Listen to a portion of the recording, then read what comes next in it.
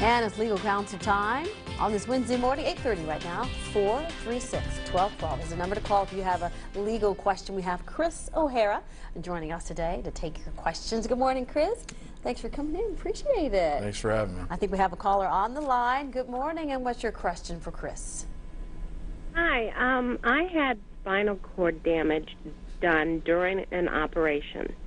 On the CAT scan, there was no damage before the surgery. 2 weeks after the surgery, there's damage. I've been turned down by 2 lawyers. They said it's too hard to prove. But yet, the proof is in the CAT scans and MRIs. Why is this? What can I do?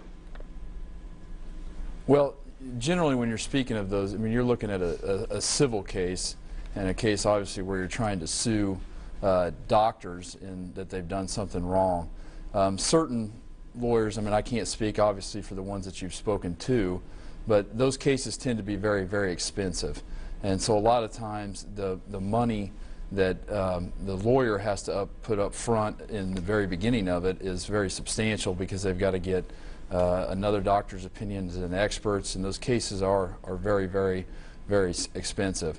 So sometimes they may be looking at the cost analysis of it and whether or not they know for sure that they think that you're going to win that case, and that may be why they're deciding at that time they don't want to take it. What I would tell you to do, though, is to keep looking at lawyers. Obviously, if you've come across if you've talked to someone and they've told you, one of them that they would take it and 2 others maybe that they wouldn't, then you need to keep looking at them to see obviously what, you know, if there is a case there. And I think obviously if you didn't have any damage prior to going into the surgery, it would seem that you've got a pretty good case. And if you do need help with that, you can, you know, certainly contact us, and we'll try to direct you in the right course. Yeah, so she has some CAT scans and MRIs, which might be helpful in that case. Well, the good thing that you've got with this is that you've obviously got documentation from what happened prior to the surgery, and that there wasn't any damage.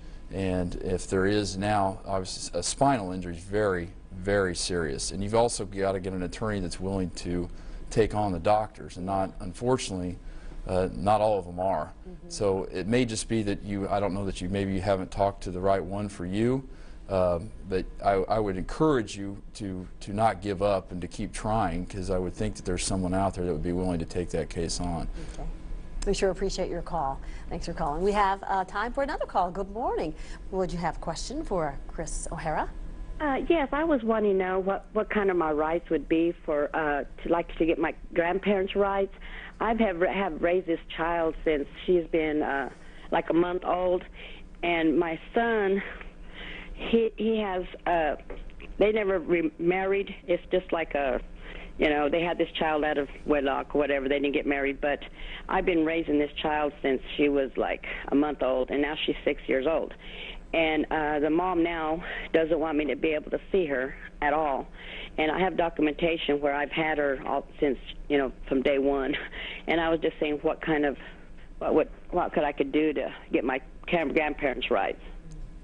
Well, in that case, obviously it is difficult, because usually the rights are between the mother and the father of the child.